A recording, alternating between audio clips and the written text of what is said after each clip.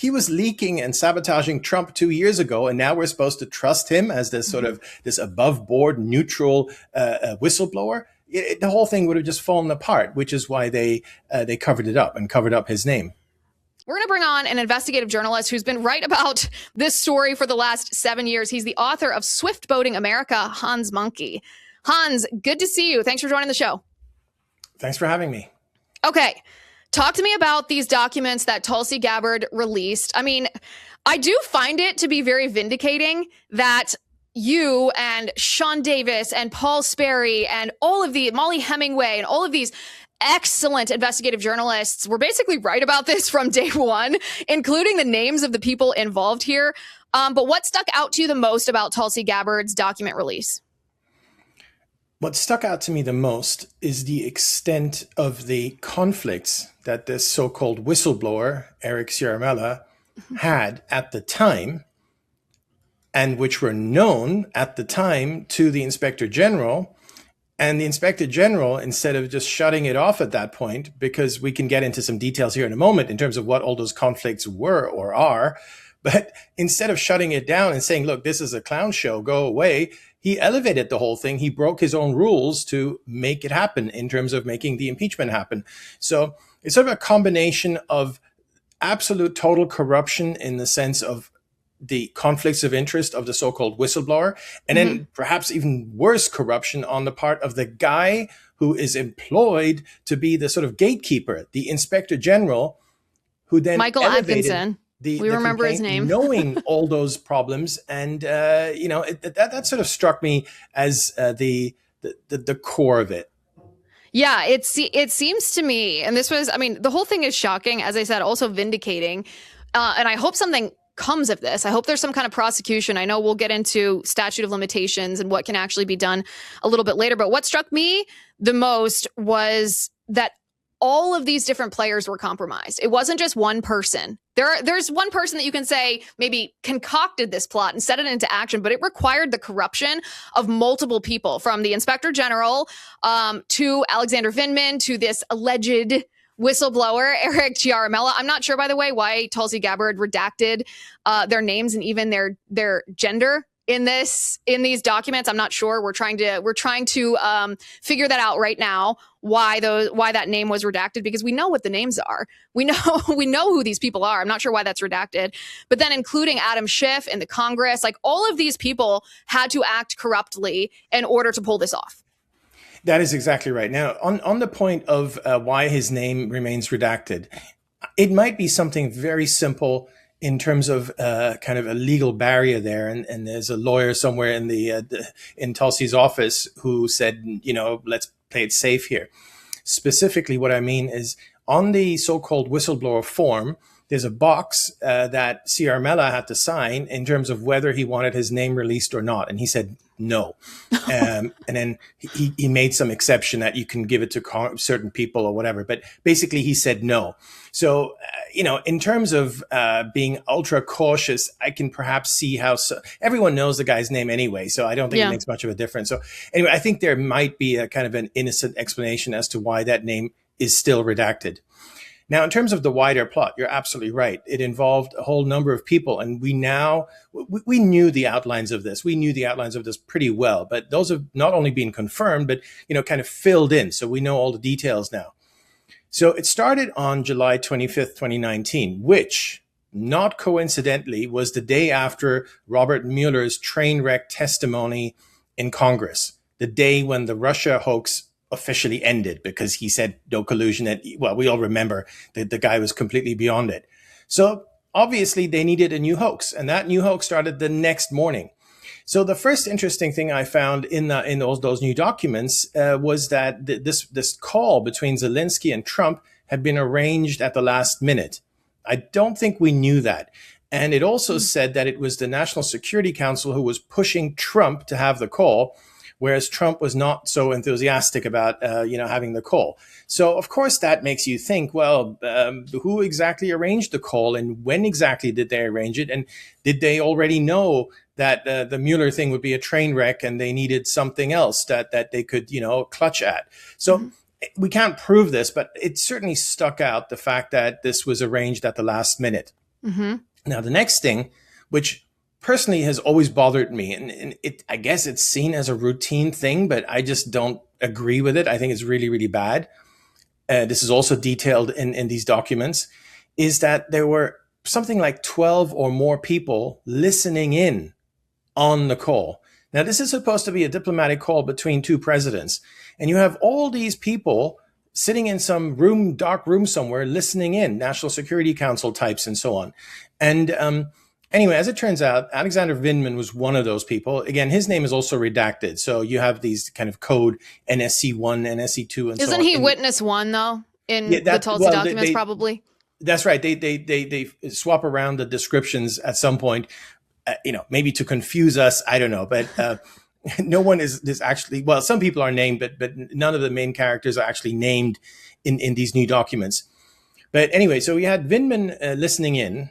And then apparently Vindman, according to these documents, didn't report anything himself, didn't complain himself, didn't do anything himself, but used this guy, Ciaramella, as a sort of vehicle to push this hoax. Mm-hmm. So he said, hey, Eric, I was just on this call. I listened in on this call. And, Trump is extorting the president of Ukraine. Something to that effect. We don't know exactly what Vindman said, but that's how the ball got rolling. So as you already mentioned earlier, Ciaramella was never in the room. Now, even if everything is completely above the board and everyone's being totally honest, which they're not, we know that, but let's just assume, this is always very bad because as soon as it's like past the telephone, someone hears something and then they tell it to someone else and you're going to lose information. That's just how it goes. But it gets even worse. Vindman apparently didn't tell him that much. So then another guy, NSC2, comes along, and there are some identifications out there in terms of who that person is. Someone that goes back with Ciaramella a while, but I don't want to say the name because I can't vouch for that at this time. But anyway, another guy, NSC2, then also told Ciaramella about the call. But NSC2 wasn't even on the call. He himself had only seen the readout. As you say, it's not even a transcript. But he didn't even have a copy of the readout. Someone gave him something to look at very briefly, and that was the basis of that guy's information, NSC2. So not Vindman, a second guy. And then the report says, the one that was released yesterday, that most or pretty much all of the substantial complaint against Trump is based on this, whatever this NSC2 guy said. But you see, we're now talking about not only second or third hand hearsay, I think we're talking about fourth hand hearsay. We have the call. Someone jots down something about the call. So that's the first level. Then we have someone telling that guy NSC2 about it. That's the second level. Then NSC2 tells Ciaramella about it. That's third hand. And then Ciaramella tells the Inspector General about it. That's the fourth hand. So in order to prevent that kind of past the telephone, there was a rule in place in the Inspector General's office that you cannot have second, third hand complaints. You can't have that. It has to be first hand. And the Inspector General changed the rules at the same time. And he concealed the fact that he changed the rules. And then he backdated the fact that he changed the rules to make it look as if he changed the rules like a long time ago. I mean, completely corrupt. And, so that's how the ball got rolling. You got Vindman, you got this NSC2 guy, you got the Inspector General himself involved. Again, I said earlier, he was supposed to be the gatekeeper, but he was part of the plot. And I guess I'll stop here, but we haven't even talked about Schiff yet. Well, I want to get to Schiff because that was the other thing, and this was reported at the time. Again, I think we all deserve a pat on the back, to be honest. We got vilified so much for even saying the name. When Paul Sperry at Real Clear Investigations reported that it was Eric Ciaramella, the mainstream media and the left acted like it was a federal crime to mention his name, that you would be sued into oblivion for false accusations because they didn't want people to know. They wanted to hide from you who this person was, that he's not credible. He's a Trump hater, a deep state swamp subversive. And I think the people who stuck with this story and kept reporting on it deserve a ton of credit. I'm going to spend half the show just congratulating people because that's a long slog, 7 years before vindication. But yes, talk about the role of Schiff here, because it was reported at the time that the so-called whistleblower had spoken to Schiff and lied to the Inspector General about who he had spoken to and when. Talk to me about that and the implications of that. Yeah, absolutely. So there's an 18-day gap between Trump's phone call and Ciaramella making the complaint. Mm-hmm. And during those 18 days, a lot of plotting was going on in the background. And that plotting involved the House Intel Committee, which at the time was led by Schiff. Mm-hmm. Now, it just so happens, again, where I'm heading with this is that I guess before today or before yesterday, we might have thought, well, it was a convenient thing. They used Trump's phone call and then they kind of just twisted into something and built something out of it. But I think the evidence now points to premeditation. Mm-hmm. They planned it all along, the way it would play out. And so what happened with Schiff is that he hired a friend of Ciaramella in exactly that time frame, July of 2019. And then that friend was a sort of the conduit to Schiff's committee, and Ciaramella was in touch with the committee about this issue, which, of course, if he's a bona fide whistleblower who wants to go to the IG within his own section, okay, there's a process for that. And so let's assume the IG is not corrupt. And, supposedly it plays out that way, but he never even allowed it to play out that way, even if we take the sort of the best case scenario, because he went straight to Schiff. Now, Schiff then lied about it, and Ciaramella also lied about it. And in the transcript that we got yesterday, the Inspector General admits that Ciaramella lied about it. Now, this transcript is from October of 2019. So the Inspector General knew in October of 2019 that the so-called whistleblower had lied. At that point, once again, you shut it down. If someone lies about something so central, you can't trust him on anything. It's just right. Completely ridiculous. And yet he just, went forward. There's one funny little thing about Schiff in that transcript. He was also in the room in October of 2019 talking to the Inspector General. And it was John Ratcliffe, who's now the CIA director, who exposed the fact that Ciaramella had lied about his contacts with Schiff. And at that point in the transcript, Schiff jumps in and says, yeah, when I said that there was no contact, I didn't mean there was no contact. I meant that we told him he couldn't testify. It's just completely, made up. But it was just funny how Schiff... CYA is what they call that. That's right, yeah. But that's just a little anecdote out of what we got here yesterday. But again, the overarching point is that there was a plot underway. The plot involved NSC staffers. They involved this guy, Ciaramella, who acted as a sort of a vehicle, like a conduit. Yeah. A stooge, in a sense. A stooge. I mean, he's not a good guy. Let's not, let's not kind of call him a patsy or whatever. It wasn't like that. I mean, they used him for a specific purpose, which is to get the whole ball rolling. Now, why him? Well, they knew he was anti-Trump. You already mentioned that. There was actually reports about him back in 2017, how he was sabotaging the Trump administration from the inside. So back in 2017, he worked for the National Security Advisor, H.R. McMaster. Mm-hmm. And people got wind of the fact that he was sabotaging and leaking. And that was reported at the time in 2017. So that ties in with what you said earlier about the media, going into full blackout mode. You can't mention the guy's name, because if the guy's name had been mentioned in 2019, when all this kicked off, people could have just searched him and said, hold on. He was leaking and sabotaging Trump 2 years ago, and now we're supposed to trust him as this sort of this above board, neutral whistleblower. The whole thing would have just fallen apart, which is why they covered it up and covered up his name. Right, which again is just a reminder. I mean, I think we hate the mainstream media on a daily basis because they, have biased headlines and inaccurate reporting, and they choose not to cover things that they should be covering. But it's actually much worse than that. It's they're propagandists. And even that word, we use it so often. It's been, we're desensitized to it, but they are actual propagandists who hate you enough to be part of a plot to subvert the president you elected. I find it fascinating, the point that you made before about this call being set up last minute. So it wasn't just like, oh, hey, let's use this call since it happened, but maybe that this was evidence that it was premeditated, that they hoped Trump would say something that they could use to trap him in this call. So that is the $1 million question. Vindman was the one who listened in from the Situation Room. Ciaramella was the one that they used as the whistleblower. NSC2 was one of the conduits of the information. Michael Atkinson, the Inspector General, changed the rules and overlooked lying and didn't take into account the lack of credibility of all of these individuals. But who was the person or the people who concocted this plot? That's the $1 million question. I don't know. Schiff seems to be a very central player in all of this. And I mentioned here a few moments ago that he happened to hire a friend of the so-called whistleblower at exactly that time. Of course, when you have a friend of someone working on your committee, you don't even need to like officially kind of leak anything, I guess, because friend tells friend, and then friend goes to second friend, and the new hire goes to work, and he already knows all these things, which he was told by Ciaramella. So I hope we find out more in going forward in terms of how exactly this played out. Now, unfortunately, and this is the bad part, you alluded to it earlier.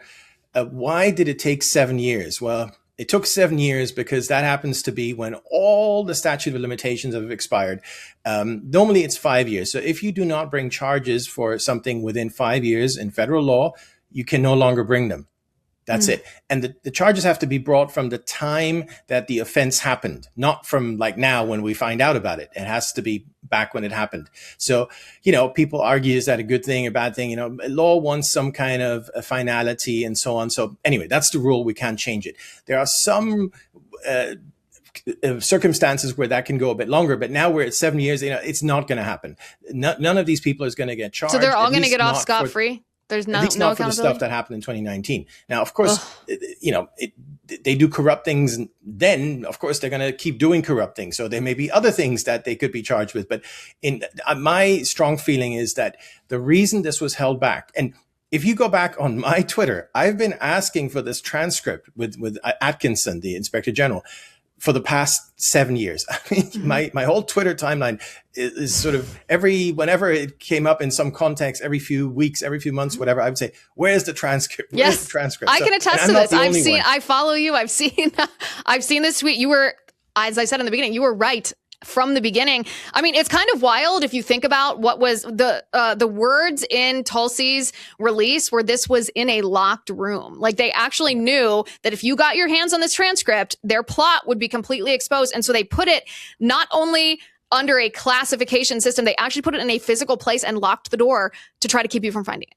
That is true, but to paraphrase Donald Rumsfeld, this was a known unknown, not an unknown unknown. So we knew there must be a transcript. It's just, where is it? And the fact that they locked it away, it would have just taken someone making a special effort. Unfortunately, it took 7 years until Tulsi showed up and made that special effort. One of the really, really annoying things is that the people in charge of intelligence, Director of National Intelligence, back in the day, it would have been their job to expose all these things. By the way, the same for Russiagate, which started basically in 2017.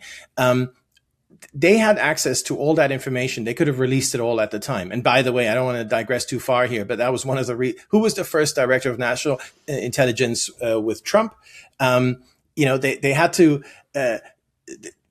They made sure there were people there who would not open up the box on all these things. Flynn as well, National Security Advisor, slightly different track, but nonetheless, had to get rid of him, because once you have people who open all these boxes, you lose control.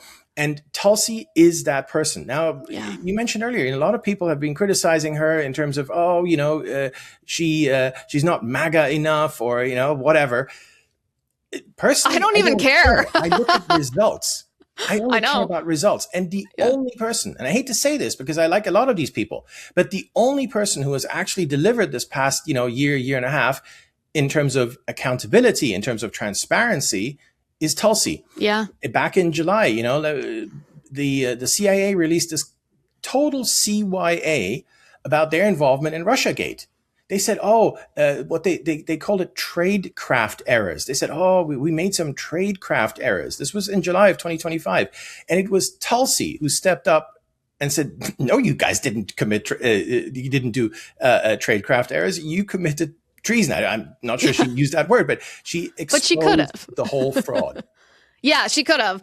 Well, going back to the statute of limitations, I mean, with Russiagate, it was a similar situation, right? Statute of limitations had run out for some of these things. But in the case of the more serious charges, seditious conspiracy, treason, grand conspiracy, there are ways to my understanding, I'm not a lawyer, that those charges can, or the statute of limitations can be extended if there was any action that was taken to further the conspiracy, not just measuring the statute of limitations from the day one of when it started. Are there any similar loopholes for this? Of course, there's always loopholes. And if they did anything in the meantime, in the past 7 years to, for instance, keep those documents hidden, like someone changed the locks or something like that along the way. I mean, that may have happened. Absolutely. Especially I'd go back to January of 2025. A lot of bad things happened because, you had the incoming Trump administration and the Biden people would have been hiding stuff. And we already know there were these burn bags in the FBI. Very similar story there. So anything like that, yes, it does reset the clock. And that is great.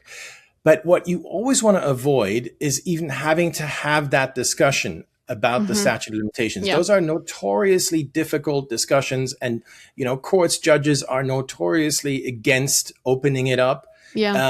So you just want to keep it clean. And by keeping it clean, you just do it within 5 years. Whatever you do, like when there's a crime committed, prosecute it. Then you don't have to discuss it. You don't have to deal with it. It's no one can challenge anything. By the way, in the Comey case, it's very, very similar. They brought the charge that, I don't want to digress, but probably your viewers remember that whole saga last year, where again, the people in charge were running out the clock on Comey. And President Trump caught wind of it and brought in Lindsay Halligan as the U.S. attorney in Virginia, like that at the very, very last minute. I mean, there was literally 3 or 4 days left within the 5 years. And then she went ahead and did it and got this guy indicted. Anyway, that was dismissed and for different reasons, and that's being appealed right now. But that's how important this 5-year time limit is. You really, really, really want to stick within that. And I think if we go back, I haven't done this, but it would be a good exercise for, someone to do, where they go back and look at all the document releases over the past, decade, ever since, President Trump started on his journey. I would bet that pretty much every single one was after 5 years or a minimum of 5 years. That's sort of the target that they're aiming for. Yeah, you heard it, citizen journalists. Go verify that, because that would show you just how deeply entrenched the deep state is.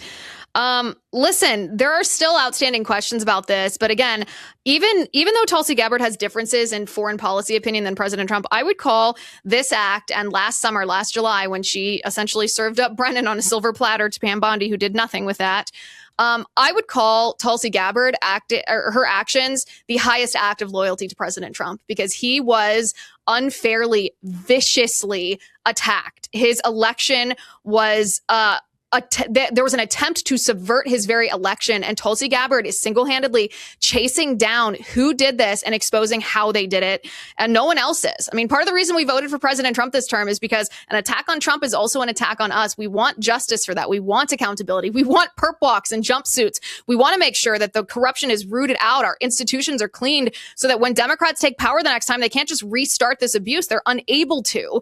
And Tulsi Gabbard is fulfilling her mission in this position, and it is a joy to see. I mean, obviously, huge kudos and congratulations to her, and I'm sure the president appreciates these actions as well. 7 years of vindication. Hans, you also, huge congratulations. Thanks for breaking this down on the show, and you're always welcome back, because you report things before the government releases them, and we appreciate that about you. So thank you.